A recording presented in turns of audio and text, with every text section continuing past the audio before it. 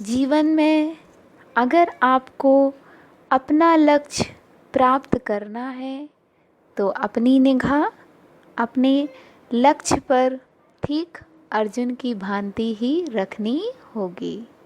तो लिखते हैं एक नई डिक्टेशन। Ready, start. कोरोना ने मनुष्य को उसकी सीमाएं बता दी हैं। यह वायरस जहाँ से भी आया है, एक जीव है। संसार के सारे जीवों का जन्मदाता परमात्मा है। वही सृजन करता है, वही विनाश कर रहा है। सारी सृष्टि उसकी रची हुई है। सृष्टि पर उसका ही आदेश चलता है, किसी और का नहीं। मनुष्य जीवों में सबसे श्रेष्ठ है, किंतु सर्वाधिक अकृतज्ञ भी। उसने सदैव परमात्मा की रची सृष्टि में हस्तक्षेप किया है। परमात्मा के रचे वनों, पहाड़ों, नदियों, धरती और समुद्र को विकृत किया और अन्य जीवों के जीवन को भी नष्ट कर रहा है। पैरा, मनुष्य को यह मान लेना चाहिए कि संसार का स्वामी परमात्मा है और पल पल जो घटित हो रहा है उसकी इच्छा से हो रहा है। उसकी सृष्टि में हस्तक्षेप मनुष्य की सबसे बड़ी भूल है। इसे सुधारने और प्रायश्चित करने की आवश्यकता है। यह परमात्मा के निकट आकर ही संभव है। अभी मनुष्य और परमात्मा के मध्य उसके अहंकार के पर्वत खड़े हुए हैं।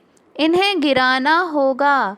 निर्विकार और सहज होकर ही मनुष्य परमात्मा की निकटता के योग्य बन सकता है।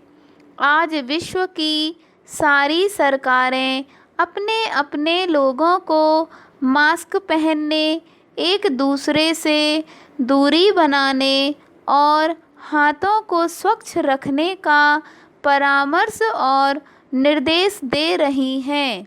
यह किसी ने आज तक नहीं कहा कि सभी लोग महामारी से बचने के लिए भले ही मास्क के अंदर से ही परमात्मा से प्रार्थना करें, शारीरिक दूरी भले ही बनाएं, किंतु परमात्मा से मन की निकटता स्थापित करें।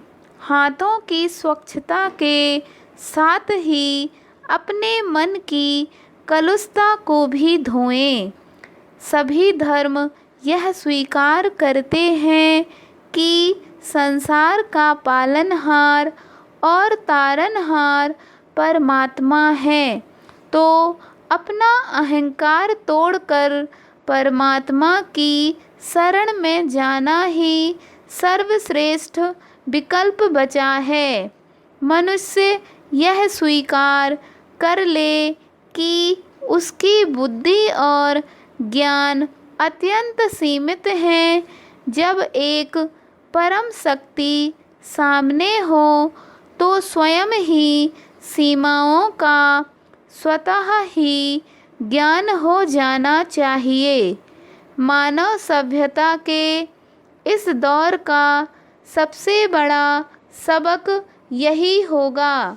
पैरा, जीवन में हार और जीत दोनों साथ साथ चलते हैं।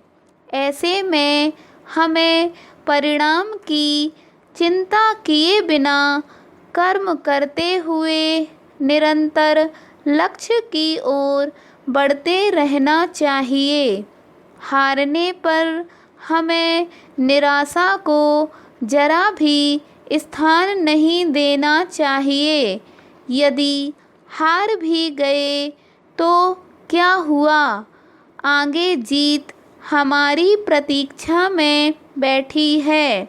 जो लोग अपनी संपूर्ण शक्ति लक्ष्य को समर्पित कर देते हैं उन्हें विजय अवश्य मिलती है।